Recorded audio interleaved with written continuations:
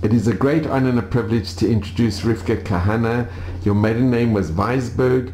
We're here in your beautiful apartment in Beit El. And Rivka, your story is just miracles and it's incredible. So if you could relate to us a little bit about your life. Thank you. My parents were Dr. Pinchas Benno Weisberg and my mother Esther Else Weinberg, later Weisberg, when she married my father. These are their pictures. And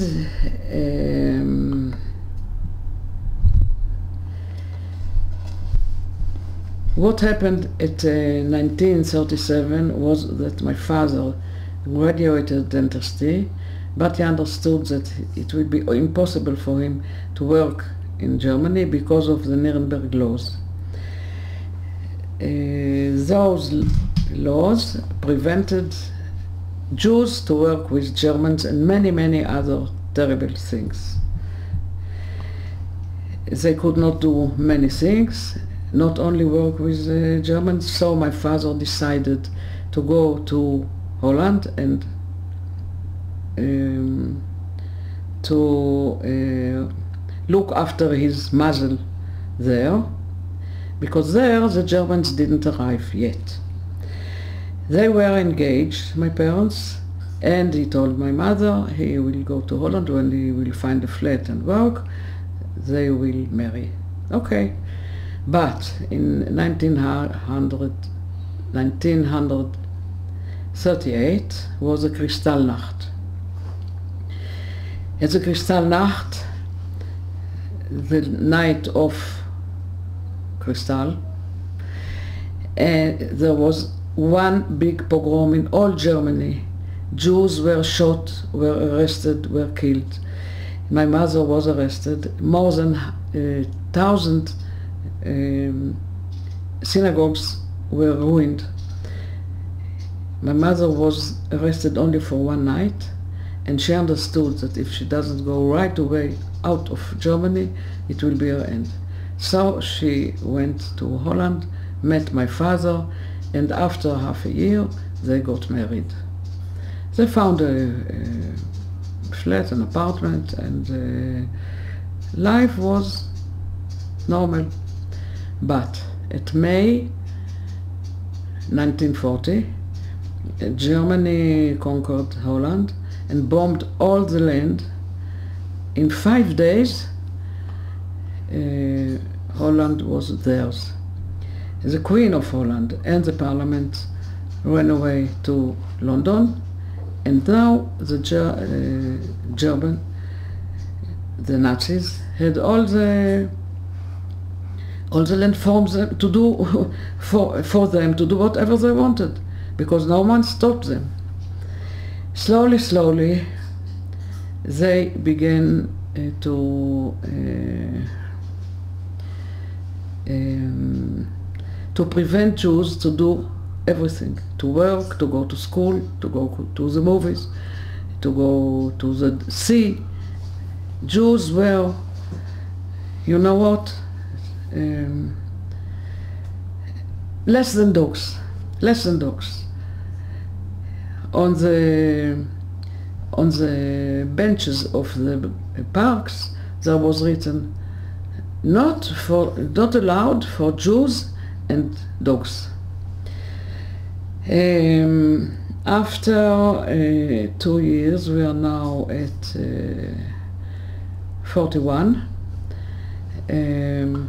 My parents had a baby, a boy, a little boy. They were so happy. But after 10 months, he passed away. He died. He had a certain illness, and they couldn't go to the hospital because there was a curfew, and they were again alone. They were very, very sad, but they hoped for the best.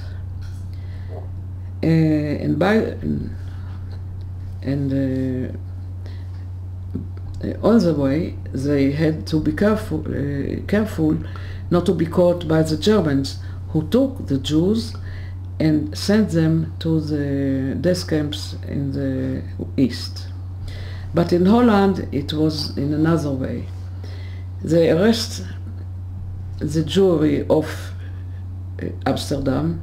There most of the Jews of Holland were living, and they put them in the Dutch theater. There they concentrated them and took all the Jews there. They were there in terrible conditions, no hardly water or food or sanitation, terrible conditions, and then they were sent with a train to the north of Holland to transfer camp, which was called Westerbork, and every Monday night the manager of the barrack he had a list, and all the people who were called were sent Tuesday morning to the east, to the camps. But the Jews didn't know what is happening, and where are they sent. Anyway, we are now with my parents, who are still in their home, and till the end of 42, nothing happened to them. Their parents were also with them.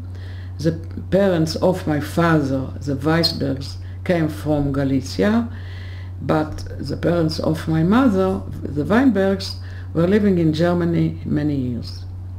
Many years. In a place called Zelters.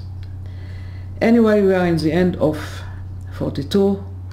My mother was again pregnant with me. At December 42, they were caught and they were sent to Westerbork. The conditions in Westerbork were not bad, not at all bad as in the concentration camps or death camps. Much better. But it was a concentration camp after all. But children could go to Bnei Akiva and they could learn, and there was a school, and they had their madrichim. I forgot the word, never mind. Someone who told them what to do, what to learn, where to go, when to go. They were playing, and they even had, in Westerbork, they even had concerts and movies. But, as I told you, every Sunday night, the manager of the barrack called a list. When my parents came there, after they were there about 2 months, one night their name was called in this list. But the manager told them, you are not going to the east, you are going back to Amsterdam. One of the amazing miracles at the beginning of this story. And they were in shock because all people were crying, and people and children and parents with the children, without the children, were sent to the east, and everyone was crying very hard, and they went back, had to go back to Amsterdam. But when my father saw the ticket and the date, he saw it's Shabbat, and he said he is not going by train to Amsterdam back on Shabbat. But people told him, your woman is your wife is pregnant, and you and it's pikuach nefesh, you can die. No, he said, I won't go on Shabbat. And the manager went to the officer of the camp and said, listen, this Jew doesn't want to go on Shabbat, on his Saturday. He wants to go on another day, and he confirmed it. So they went on another day, arrived to Amsterdam. They didn't know Amsterdam because they didn't live there in the beginning, before they came to Westerbork, and they went to a friend of them from Germany, Rav Safra, who had 5 children and wife, of course. And he said them, let's stay by me, and we will find a little apartment in the Jewish quarter, and we shall see what later. And this is what happened, but my mother was now at the end of her pregnancy, and now we begin the miracles of the rescuers who helped us and rescue us. And one day came to my parents' apartment a woman called Sitje Böhmer. She told them, listen. She was from the underground, from the resistance, and she told them, listen. When this baby will be born, you will not be able to keep her alive with you.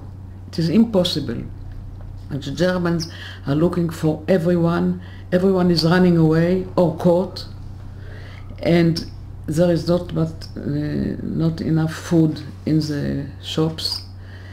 You can't go and buy what you want. You have to get some certain tickets and go to a special place to get the food. And what can you do? You will be now a little family. It's impossible for you to keep the baby alive. You can run away, everyone to another place. But my parents didn't want to hear about it. They say, we lost one child. I'm not going to give my new baby who wasn't born yet to someone who I don't know. But she said them, Sitya, there is one woman who wants very much to take care and to guard a little baby, a little child, and she will keep her, and she will be the best mother for her, and she will love her, and she's caring, and it's not to give the babies to, but my mother and father didn't want to hear. And she came again and again, and the birth was now very close. But my parents didn't want to hear. Then Sitya told them, don't go to the hospital for your to give birth to your baby, because on those days you have to give birth. There will be an actia, and the German will take all the people who are in the hospital, the doctors, the crew, the sick ones, the babies, everyone. So don't go, come to my home and give birth by me. But they didn't want this. Also, they found a Jewish doctor, and he gave birth to my mother, and I was born. This was March 43, the most terrible days in this terrible war. But I grew up somehow, and Sitya kept coming to my parents and told them, listen, it's impossible, you have to give her to Yet, the woman who is waiting for her. And they said, no way. But when I was 6 weeks, they understood there is no chance, and they gave me away. So, how did it happen? Sitya told them, listen, in the corner of one of the streets, a woman will wait for you. You don't know her name, you don't know how she looks like. She will have a blue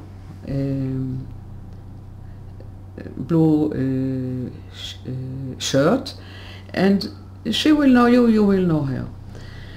And they put off the yellow star, because they are not Jews now, and went to this place, to this street, with the carriage, and me me inside.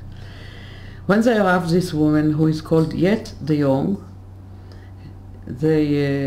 my mother put off one hand and Yet put her hand, then she put off her second hand, and Yet went with a carriage to her home, and my mother and father went back to their flat alone.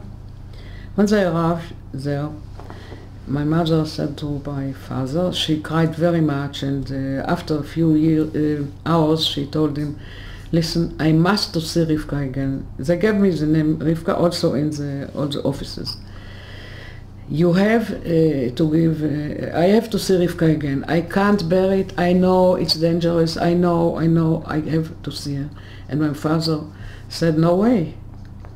They will catch you, me, Rivka, Yet. It's impossible. You can't do this. Why did they arrange all this complicated hiding?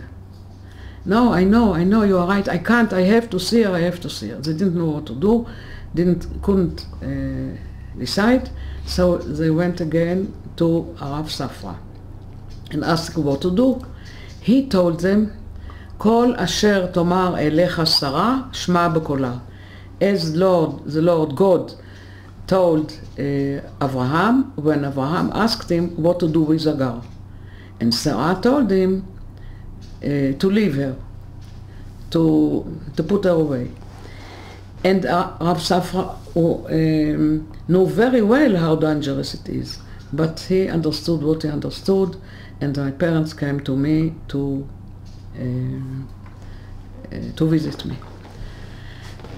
And when they were there, they looked after me and see that everything is okay, and that Yet is a wonderful woman, a warm woman, and that it will be okay with me there. But my mother saw me.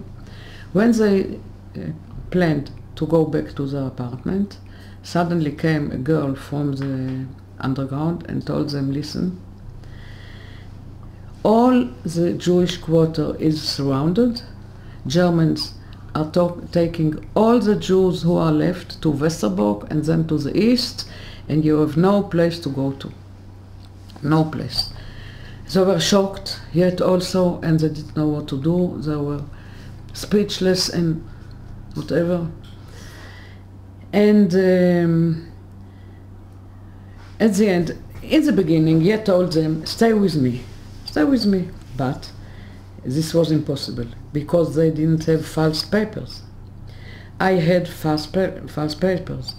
I was a baby because Yet wasn't pregnant, so how suddenly came here a little new baby? My story was that my parents were killed in the north when Germany bombed the country, and now I'm an orphan, and Yet adopts me, and I have also special tickets to get sorry to get food, as I told you before. But my parents had nothing of that because the underdog didn't take them and didn't give them anything. It was only me they took. So at the beginning, as I told you, Yet told them, stay by me. They were there a day or two, and then they had to go out. To go out is the end, because immediately people will see they are Jews, they can be shot, everything, the most terrible thing can happen, and they didn't know what to do. At the end, they decided to go to the worst place, which is the theater, the Jewish theater. I told you about it. The station, which from there, the Jews are going to Westerbork, because they had no other chance, no other place to go. They were hiding there. They came to the theater, found a little attic. They were hiding themselves there. But then they are hearing a German, a Nazi, who comes up and is looking for every Jew in every corner. And then my father said to my mother, listen, I can't anymore. I can't run away again and again. We have no chance. Let's go with all the Jews in the big hall, and what will happen to them will happen to us. But my mother said, no, we are still alive. We are not going with them. We will hope for the best, and God will help us. And really, this German went down, didn't find them, and they were rescued again. And now the underground found them. We don't know how found them. They went on the roof and went from roof to roof. The roofs there are connected, and so they went from roof to roof until they came to a flat of the underground. There, every one of them became another identity. My father was a communist. Communists had to run away from the Germans. So not only Jews had to run away and to hide from the Germans, also communists and people like that, or people who were anti-Nazi. And my father, as a communist, was anti-Nazi, as a communist. So two old ladies took him and didn't know he's a Jew. He was 2 years in an attic. He couldn't go down, and many years later, only maybe 10 years ago, no, a little more, 10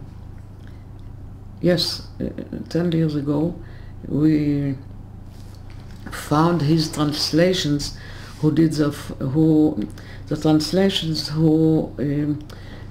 he made from Dutch to German, from German to Dutch, of different kinds of books, because what can a man do 2 years alone in a room? Sometimes in the nights, in the curfew, in dark nights, came someone from the underground, because the underground took care of all the people they sent away to hide, and he took him to downstairs, and they went a little. He could breathe the fresh air and talk with someone who knows who he is and what is going on with him. And this was all.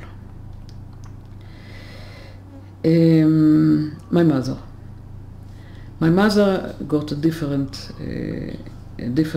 false identity, completely different. She was in another village.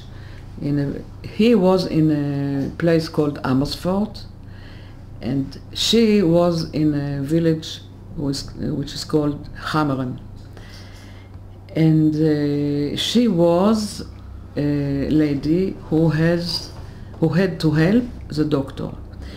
The wife of the doctor in this village was very sick, and she couldn't do anything. They had also a sick daughter. So he was looking after a woman who can do everything, to cook, to clean, and to be his administrator in the clinic, and she was living there. He knew she was a Jew. This he knew. He knew he's hiding a Jew. But she wasn't she wasn't hidden.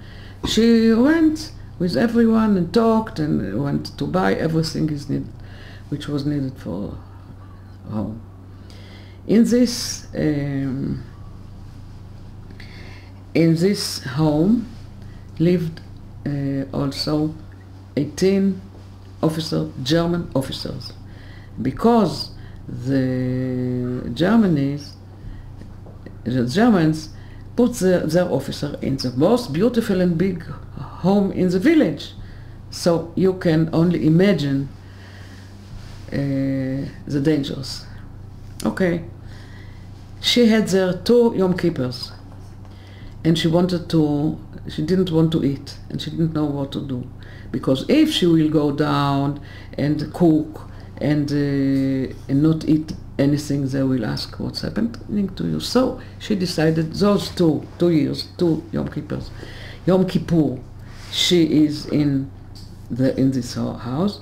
She will make herself as if she's sick.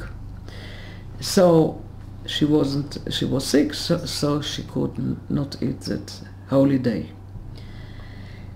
And one day, anti-Nazi flyers were found in the home of Dr. Menokip, who was hiding my mother, Dr. Menokip, and his wife Elizabeth. When the Germans found these flyers, they took him to the Gestapo, most terrible place you can think about, and they tortured him and hit him, and he didn't say a word, not about my mother, not about anyone else who was also in his house. Other people who had also to run away from the Nazis. And then they wanted to kill him, to execute. But then the officer said, I know you saved a German officer, a wounded German officer, so this time I'm not, we will not kill you. But next time nothing will help you. If we find you again working with the underground, it will be your end. If you think he stopped working with the underground, you are wrong. He kept hiding my mother. He didn't tell a word about what he knew about the underground. He came back home very sick. He recovered, but he was sick all his life with this, because of those tortures. And life went on, so-called. We are going back now to me, to Amsterdam. I'm a baby of 6 weeks, and yet is taking care of me like I was her real daughter. And how do I know all this? My book, Noga Ba'afela, Shining in the Dark. The book was written by Ami Melnik. I told her my story and she wrote it down. And here, the basis of this book is that the letters yet wrote my mother. She told her about me, how cute I am, how sweet I am, my first smile, my first step, everything. And that we have enough food and we are warm enough, because in the cold winter in North Europe, in Holland, it's not easy at all. Here's a picture with you and Yet. This is Yet, my rescuer, with me. One of the pictures. She took many, many photographs of me. And it must have been dangerous to send these letters as well. Yeah, sure. It could have been intercepted. When and how do I have those letters? When my mother was 90. So she was rescued. I will tell about it later. She gave me letters and said, "This is yours." I opened it. I was shocked. I never knew there was something like that. And then I saw all the letters she wrote my mother, so she will not be so desperate what's happening with a little girl. And she was very cautious, because the Germans opened the letters so that no one will suspect that this baby is a Jew or her mother is a Jew, and who is writing it is a hiding Dutch woman. Everything was okay. And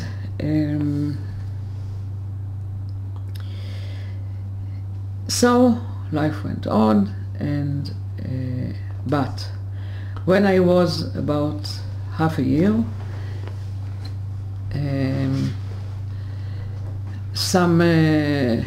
someone, I don't know who,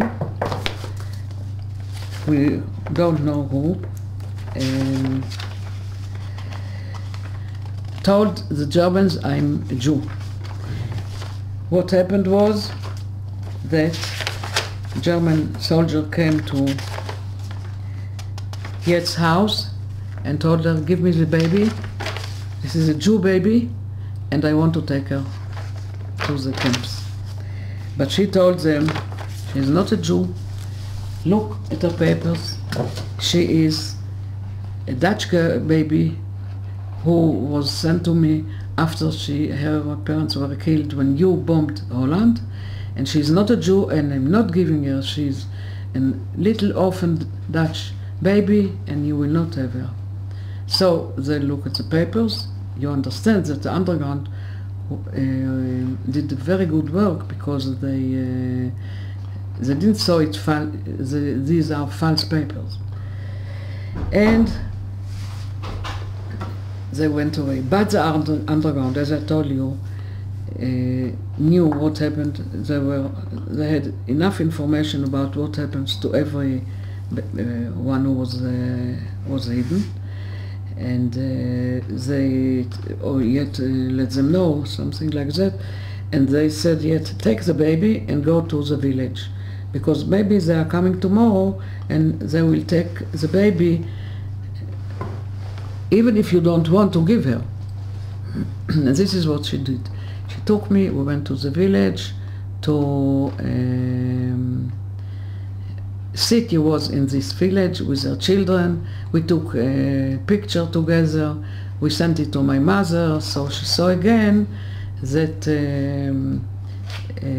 I'm in a village, in a nice place, and she didn't know why I am there, but she saw me in the carriage with I think here's the picture where you have it. Here, this is it. I'm in the carriage. The two children who are standing there are the children of Sitye. The other boy is also a Jewish boy. I don't know what happened. I think he was also rescued. And this was sent to my mother, so she can see we're in the village. Everything is wonderful. And Rivka, there's also a letter, one of the letters you have in the book. Yes.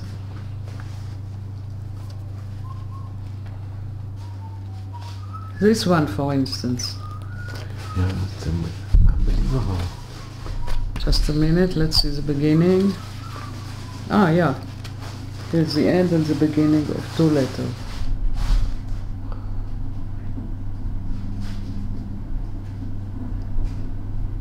It's unbelievable.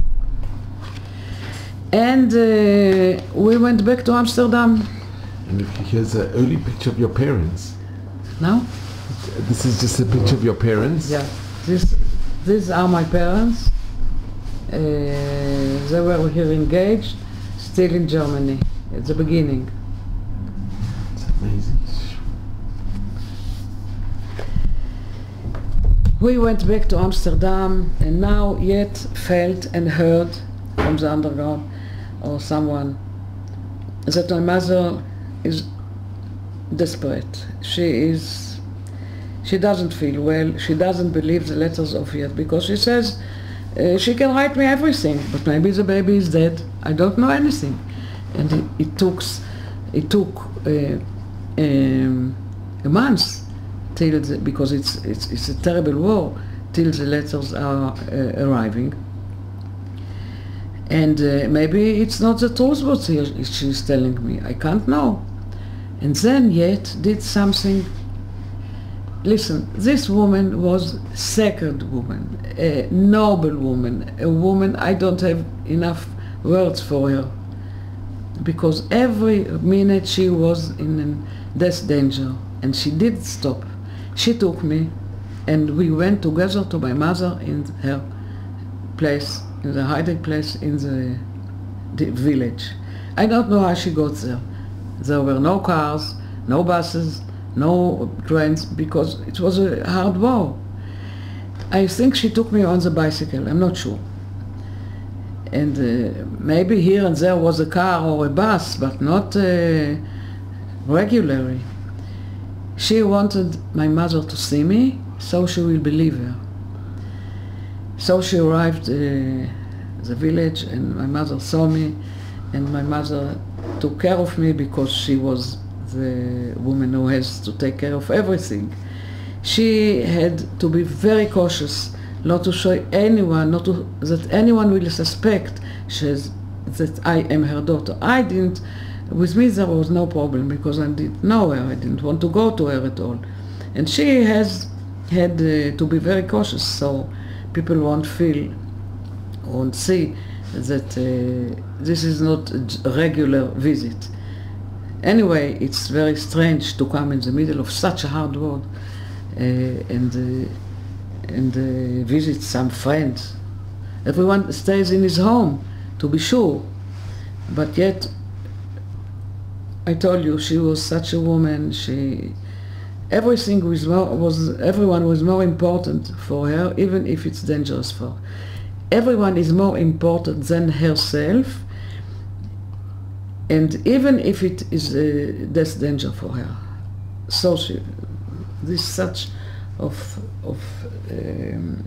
such a woman she was. We came back to Amsterdam, and the time goes on. The people were starving now in the streets, starving just like that, because there was no food. At Yet's home, the food didn't finish, but nearly finished, and she knew that if she doesn't bring now food, it will be the end. So what could she do? She could go to the farmers who had everything they wanted. They had cows, they had hens, they had wheat. In the villages they had everything. And she hoped they will give her some of this food for herself and for us. But she didn't want what to give them, didn't know what to give them instead of, because she had no money, and the money will not help them because you can't buy anything, all the shops are closed. So she took out of her closet beautiful maps and with delicate embroidery and things that farmers like, but they don't have it. And she hoped it will be okay.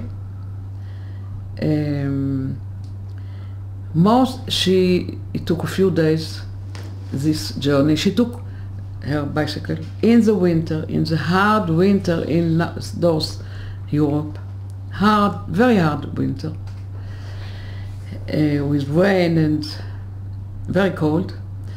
She took the bicycle and went to 12 farmers. Most of them didn't want to give her anything, and someone gave her much, enough for going home back, with the 2 sacks on the bicycle of full food. She began to go back on the bicycle, to ride on the bicycle back to Amsterdam. But people told her, look, it's so cold now, Rouen is so hard, and the storm is only going more and more hard. Wait a day or two till it will be easier to go. No, she said, I have a little girl at home, my daughter, I have to bring her food. She has nothing to eat. And she went on riding, and but slowly it was really impossible to ride. She got off the bicycle and went near the bicycle. You won't believe it. She went 30 kilometers till Amsterdam. She was weak. She was nearly fainting. She hardly could go one step, and then a truck of Germans stopped near her, and they gave her they understood she's not a Jew, and she wasn't a Jew, but they didn't know for whom she's taking the food. And they gave her a little wine and took her on the truck home. She got home with the food, but she was so sick and so painful, hardly fainting, as I told you. But it was okay. She bought the food. And in the letter, she wrote to my mother what happened, and she said, I'm never going to do it again.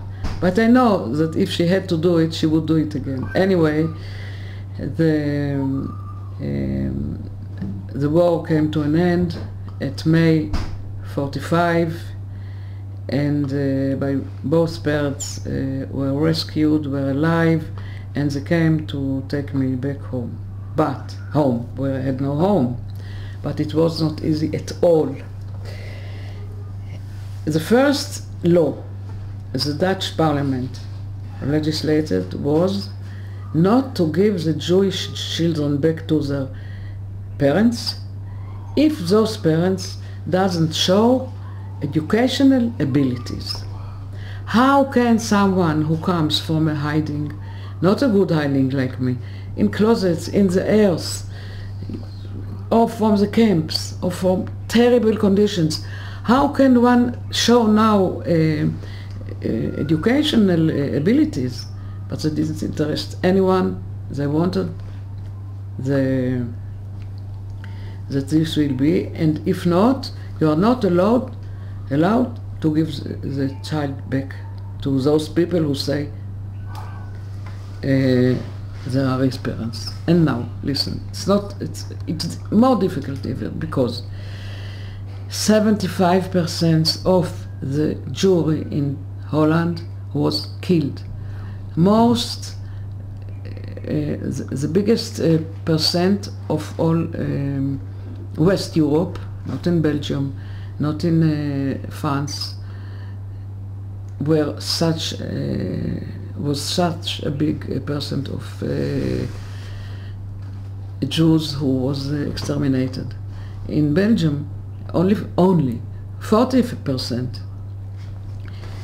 Anyway, many didn't come back. That my parents came both back. This is such a miracle. Unbelievable, really unbelievable. Not only that, look, the children didn't know their parents. A child who was taken from his parents, let's say, when he was 4, now he was 8 or even more, he didn't know them. They didn't know him. He looks different, completely different. And they, of course, and if the parents didn't come, and most of them didn't come, sometimes came a young grandfather.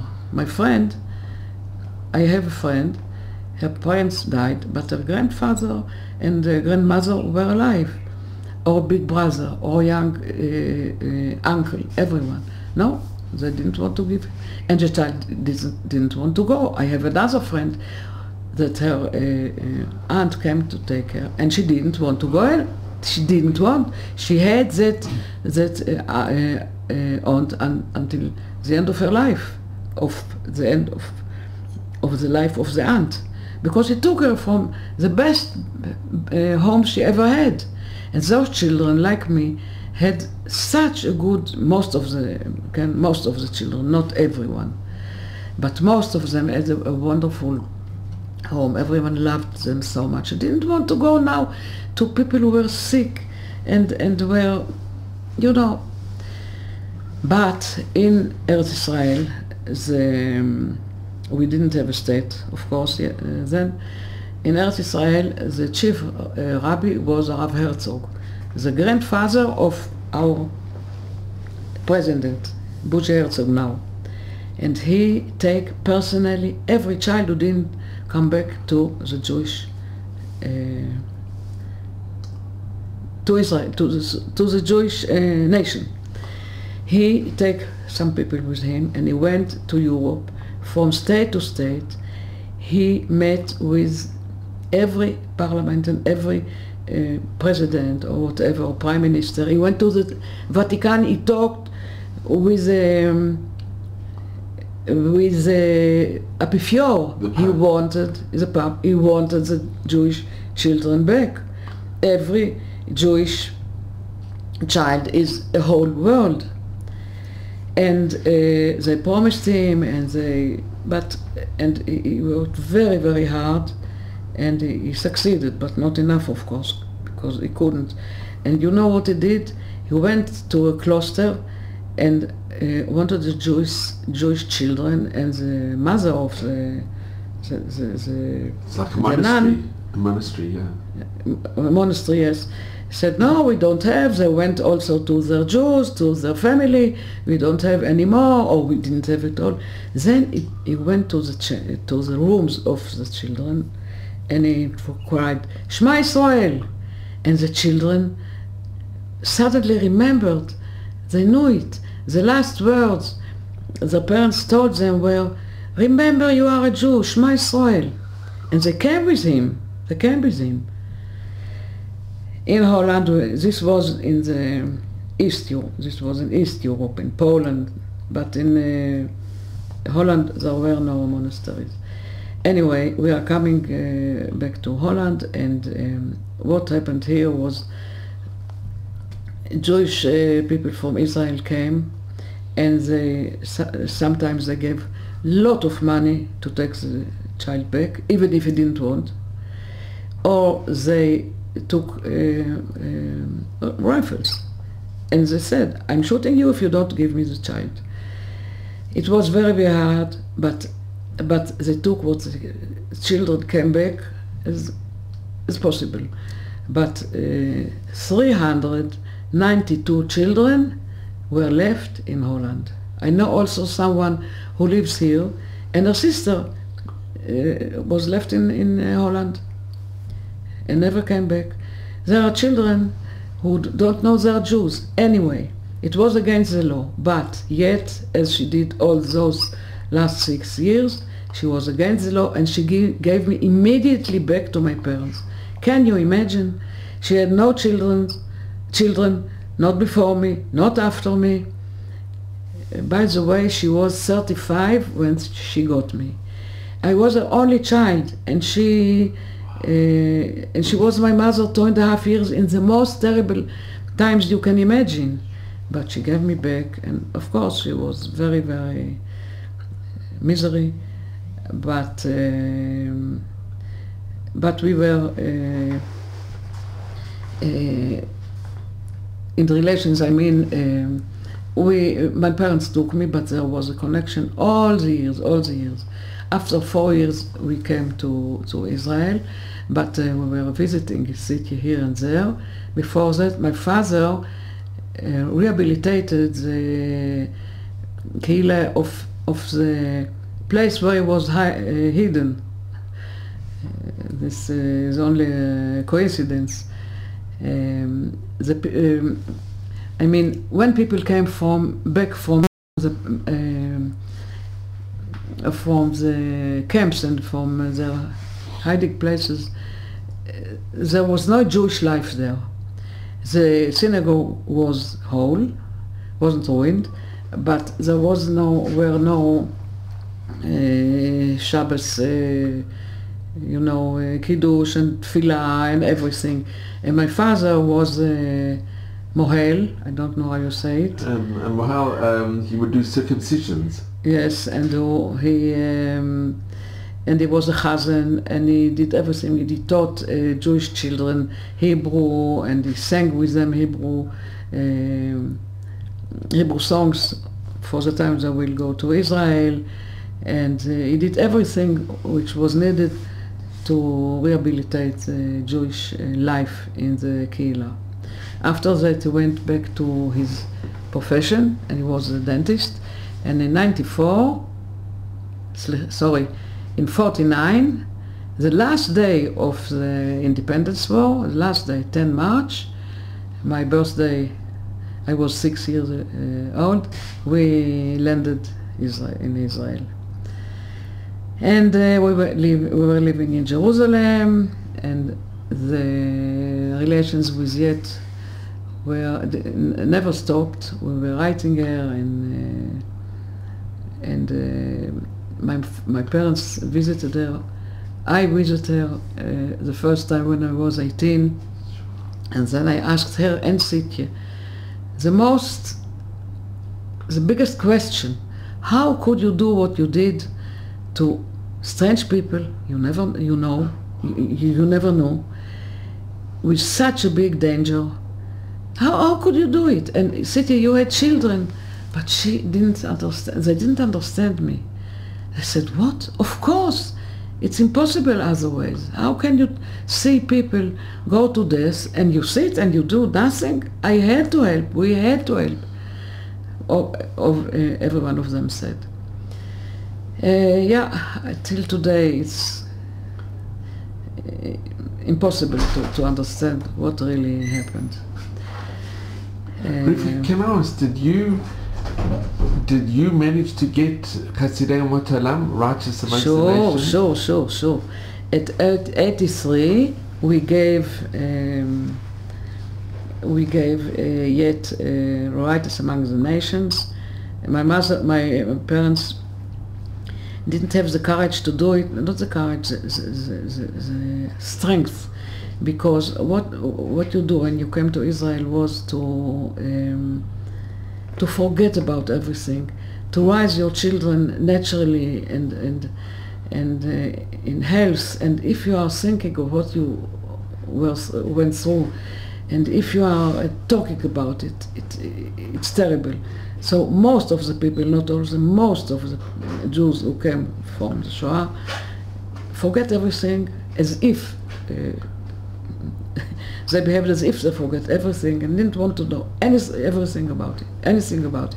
But I came to my father and I told him, listen, we have to do it. He said, you are right, but okay, I will do it. But he didn't.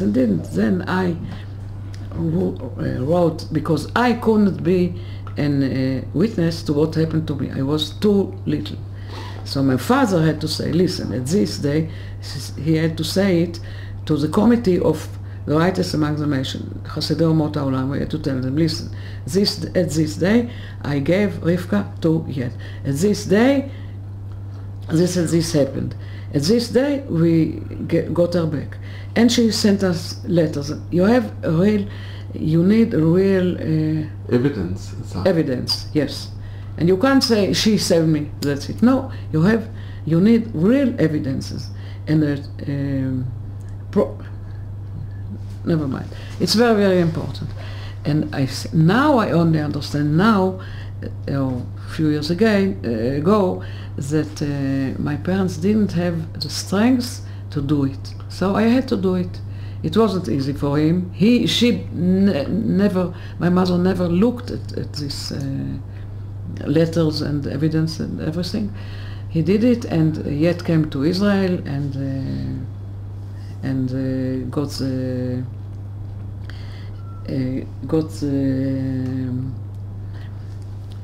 a tree was planted. She planted the tree. I have the picture also, and the tree. This was in Yad Vashem. Yeah, here. This is the Tauda. It's the picture of certificate of Chasidei Umot Olam. You see Yet, and our family, and my little child is cleaning the sign where is written that Yet and David, her husband, didn't talk about him at all, sorry.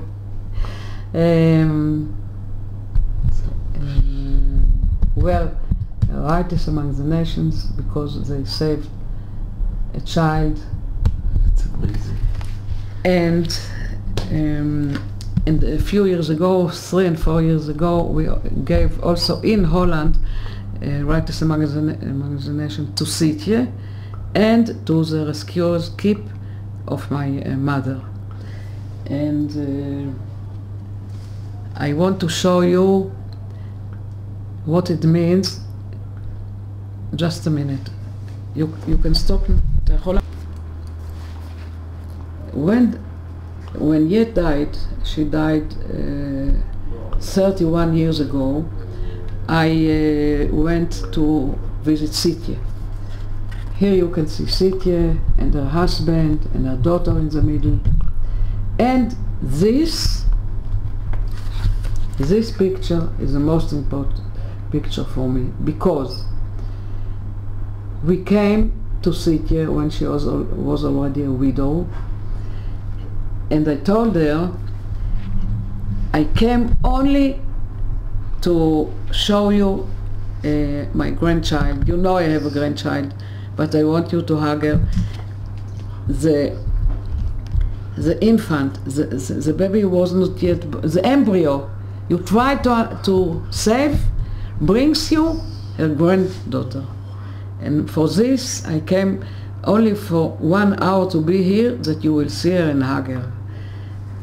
And I want also to add that her husband, Renier, saved many people. Also, he warned 16 families. He told them, tomorrow there will be an Aktia. If you don't run away today, you are lost. And so the 16 of them, all these families ran away. And now I will finish by saying two things. The first is כל המקיים נפש אחת מישראל כאילו קיים עולם מלא. I wasn't born yet when one of the first miracles happened, and someone wanted to save me before I was born. I was only one little baby with no chances to survive, no chances at all. And this is today our family, and Be'ezrat Hashem, more will come, and you can only begin to imagine 6 million. And my message is one, and it goes with me all my life: gratitude, extremely gratitude. Those people gave their lives for me. They didn't die, but it was just like that it will happen. All my life, now I'm telling my story, my saving story. 15 years, I go everywhere, and I tell everyone who wants to hear what happened, what was this woman, what did she do, and all my life I will be endless gratitude to her and to all the people who helped us. And all my life, and the life of every one of you, you have to be, one has to be gratitude all the time. So many times this one helps you and this one, even very little things. But gratitude is the message. Thank you very much. And that is Hakaras Hatov. In Hebrew it's Hakaras Hatov. So Rivka, I want to extend my gratitude. I want to thank you. It was okay. Yeah, Rivka, I just want to mention, and here is, I just want to show our viewers as well. You've done a book in comic form of your most incredible and unbelievable story. And I am so grateful to you. Rivka, I still, ein milim, there's no words, because not only did they endanger their lives, they endangered the whole family lives as well. And I often think, what would I do if I was in that situation? Exactly. And it is the most incredible, not only were they given chesed motalam, but these are people, they are like angels, more than that, exactly. Because I don't know what I would do. And anybody watching this, think, what would you do if you were in that situation? But Rivka, you're alive, and you have a family, and you have a beautiful family, because people were prepared to give up their lives to save you. You are a miracle, and the story is just full of unbelievable miracles and it's just absolutely incredible. And I'm so grateful to you, Rivka, and Bezrat Hashem, you should just have nachas and good health, and just you're an inspiration to all of us, really, a tremendous inspiration we can all aspire to, and I'm extremely grateful to you. Thank you. I will add only one thing, that when we gave the second Rightous Among the Nations to Sitye, my granddaughter Ruth, who was then 12 or 13, she talked there, and she said, I'm asking myself many times, could I do what you did? This question is going with me. How would I, what would I do in those circumstances? Thank you. Thank you so much, Rivka. אפשר להוסיף את זה?